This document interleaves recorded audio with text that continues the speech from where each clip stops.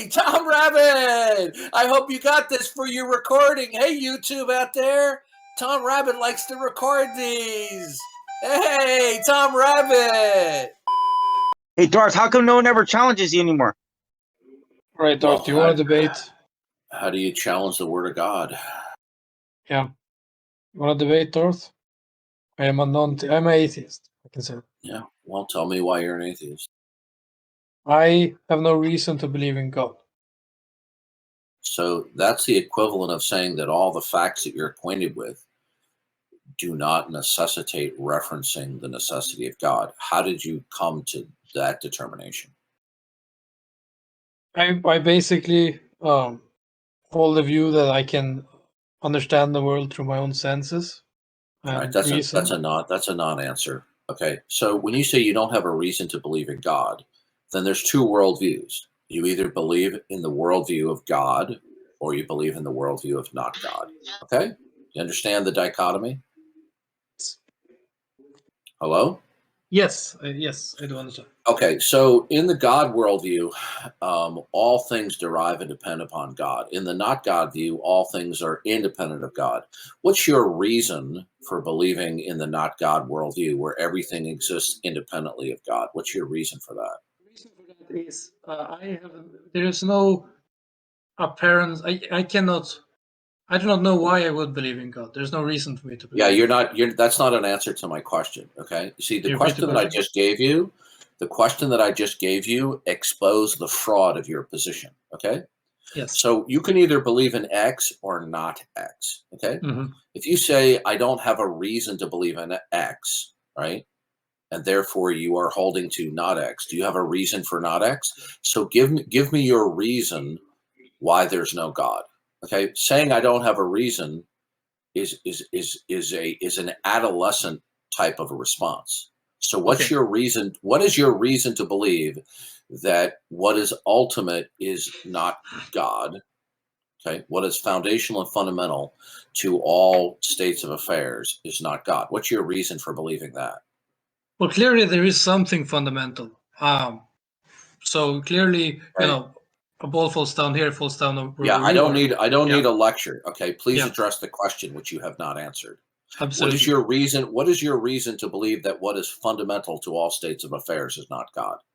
Because if you don't answer that direct question, then you are violating your own criterion of belief.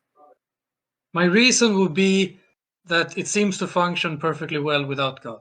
And also... No, okay, stop right there. That is a childish answer that you just gave me, okay? Okay, when you say it seems to be, it doesn't matter what seems to be because what seems to be is not necessarily the case. Now, what is your rational justification that what is fundamental to all states of affairs, that it is not God? It is a law, right? And that is not God. Okay, so it is... What is it that is foundational and fundamental to all states of affairs? I would use the word dharma, right? Which means basically the order of things, which we have. Sir, what is it? What is it? What is it that is foundational and fundamental? What is it? What is its property and attributes? It would be something like, rationality or... No, sir. No. Listen to me. Well, then if it was rationality, then you would be talking about God. If what was fundamental and foundational is a mind, then that's what we call God. But you reject that. So you say, I don't have a reason to believe in God. So the reason why I'm asking you this question is it's smoking out your fraudulent position. You have a pseudo-intellectual position.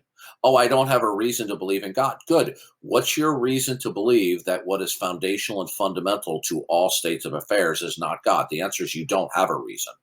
Okay? Well, I would say that the definition of God is important. You're not. Listen to me. This is why I have such frustration in dealing with certain atheists. You are reasoning to me like a teenager. Are you a teenager? No, sir, I am not. Okay, now listen carefully. You believe in the not God world. Now, what is it specifically that institutes and dictates everything that is, can be, and cannot be? And don't say reality, because that's not an answer. I use the term dharma. It's basically an order Okay. of things. What is it? That's a non-informative answer to me. What is it that is fundamental? Since it's not God, then you must believe in something else that is fundamental or foundational to all states of affairs, and you must have a reason for that, right? Yes. Good. What is it, and what's your reason why that is? Well, it is some kind of law because it's, you know. No, you see, you don't see. You're just making this up as you go along. You don't have an answer, do you? I think I do, but that's Good. your. Tell me specifically, what is it that is foundational? What is it? What is the ground of all existence? It is Dharma, like I said. You don't like that answer. Hey, listen to me. I don't know Yes. what that means. Okay. Yes. What is it that is foundational and fundamental? The law and structure of reality, the way it No. is Okay. moved. No, you're not understanding. Okay. That's possible. When you say the structure of reality, remember I told you don't say reality because that's a non-informative answer. Reality is a term that just encompasses the set of all real things. Okay. That doesn't tell me what is foundational. All you're just simply just saying is everything out there, all of the discrete entities, they just are. That doesn't tell me what's fundamental. Yeah, but I didn't say it was reality. I said it's But the listen law of to me. reality. I'm not trying to be what does that even mean? That's not informative. Mm-hmm. Okay? What would be informative to you? Can you? I'm not trying to give you a hard time. I'm just trying to show you that your answers are nonsensical. Yeah. Could you elaborate? They're vague generalizations. You see, when you say you don't have a reason to believe in God, do you have a reason to believe that which is fundamental? What specifically is fundamental? Could you elaborate on what kind of answer would be sufficient? I want to know, since God is not fundamental, okay? Yes. You don't have a reason to believe in that, then you must have a reason to believe that in what is fundamental that's not God. What is it? Why you don't like my answer, but it's the same answer. All right, listen, you have the mind of a child, sir. Have a nice day. You see, you don't have a rational basis for your atheism. I know why you're an atheist, because you don't want there to be a God.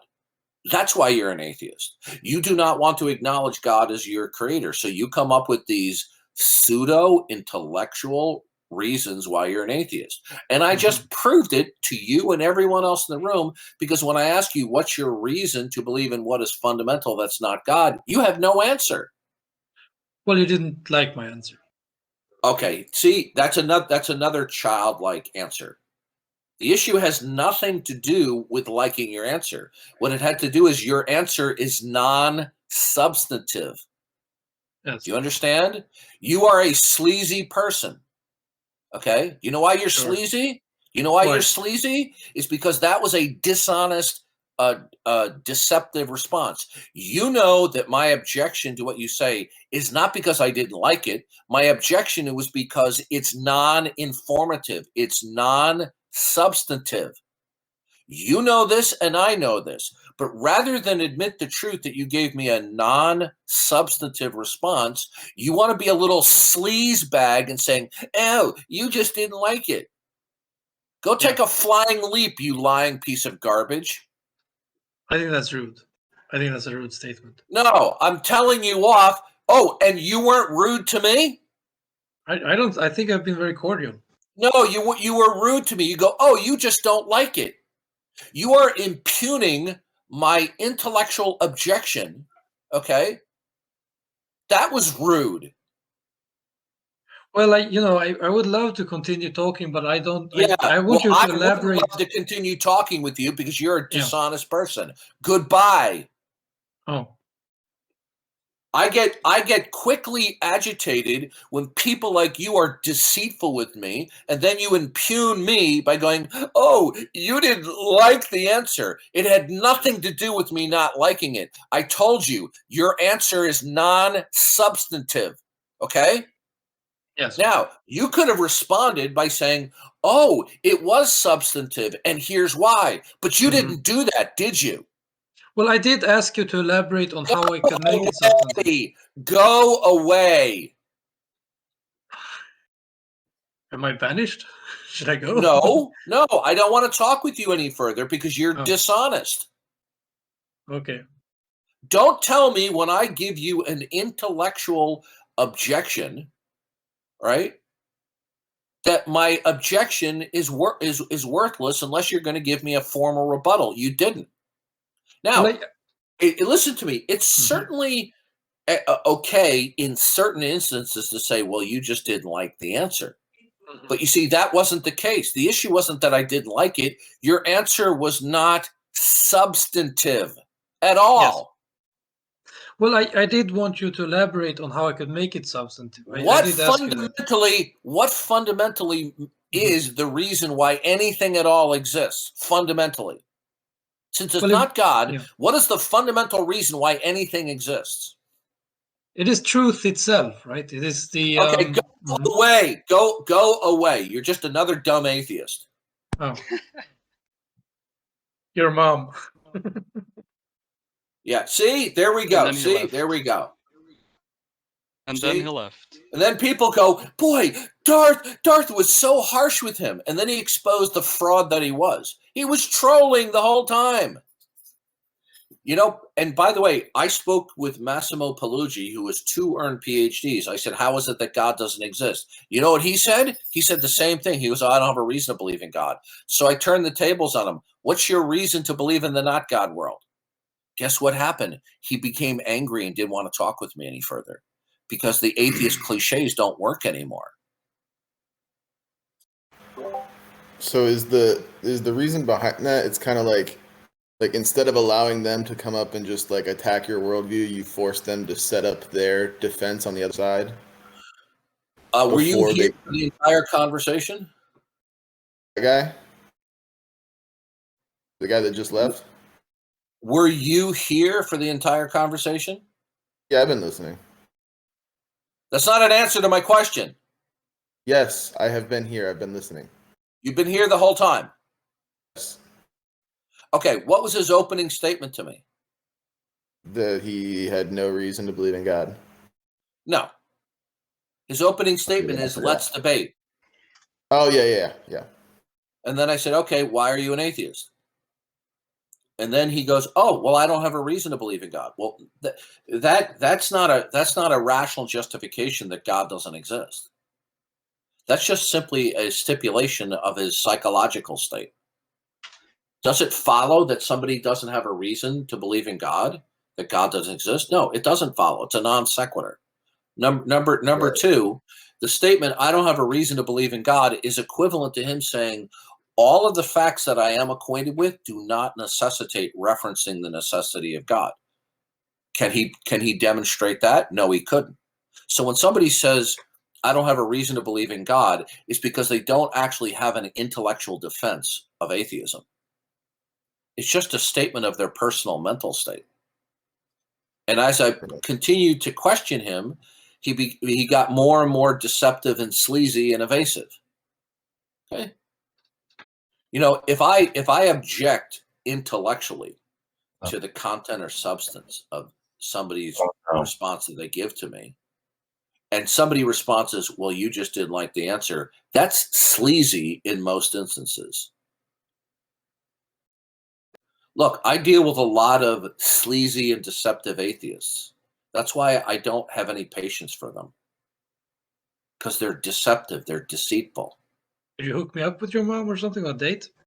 You see, you just demonstrated you're a troll. Yes. Yeah. Mm-hmm. Yeah. So you were never serious to begin. Oh yeah. I was serious, but oh no. I was serious. Yeah, I was serious, but Queen. Bye-bye, scumbag. You know, he has to actually find out whether he was serious or not. This is pathetic. I'll be back.